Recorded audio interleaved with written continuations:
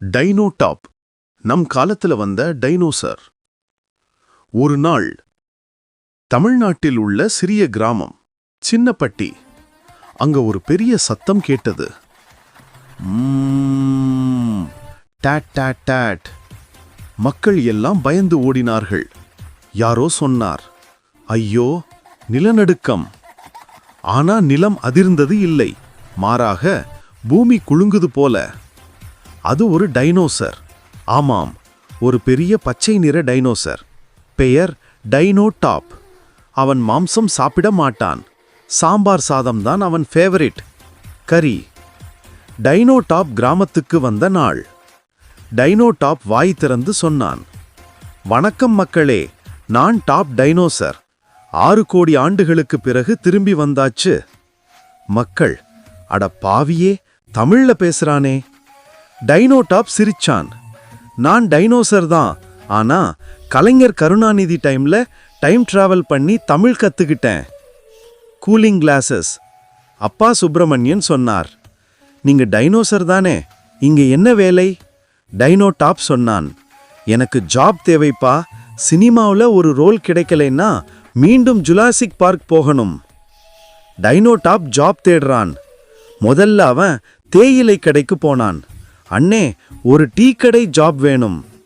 Tea கடை master சொன்னார், dinosaur tea கடையில வேலை பண்ணணும்னா கப்பை எப்படி பிடிப்ப? டைனோடாப், என்கிட்ட ஸ்பூன்ல சின்ன ஸ்பூன் ஹோல்டர் இருக்கு.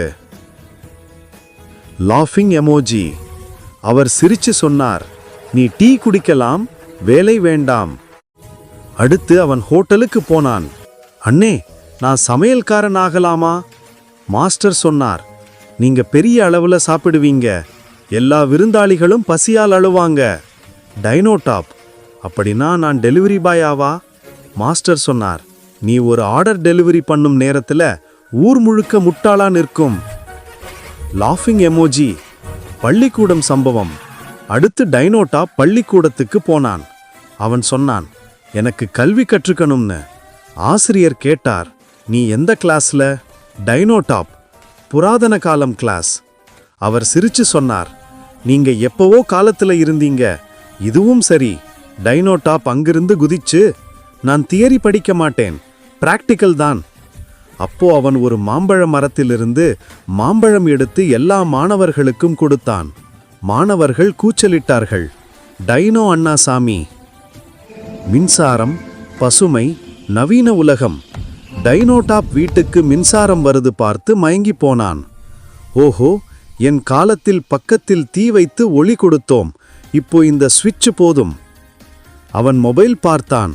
ஐயோ, இதுல நபர் இருக்கா? டச் பண்ணா பேசுறதா? அவன் கூகுள் வாய்ஸ் ஓபன் பண்ணி கேட்டான், ஏய் கூகுளே, ஜுராசிக் பார்க் எங்கே இருக்கு? கூகுள் சொன்னது, பார்க் தற்காலிகமாக மூடப்பட்டுள்ளது. டைனோடாப், நான் வந்ததால மூடியிருக்கும். ஊருக்காக ஹீரோ. ஒரு நாள் கிராமத்துக்கு ஒரு பெரிய வெள்ளம் வந்தது. மக்கள் பயந்து ஓடினார்கள். டைனோடாப் வந்தான். அவன் வால்ல ஒரு பெரிய மரத்தை பிடித்து ஆற்றின் நீரை தடுத்தான். மக்கள் எல்லாம் கத்தினார்கள். டைனோடாப் காப்பாத்திட்டான். அதுக்கப்புறம் அவனுக்கு ஒரு சிறப்பு பட்டம் கொடுத்தார்கள், சின்னப்பட்டி சூப்பர் டைனோ. டைனோடாப் பிரபலமானான். அதுக்கப்புறம் டைனோடாப் பிக் பாஸ் டீனோ எடிஷன்ல கலந்துகிட்டான்.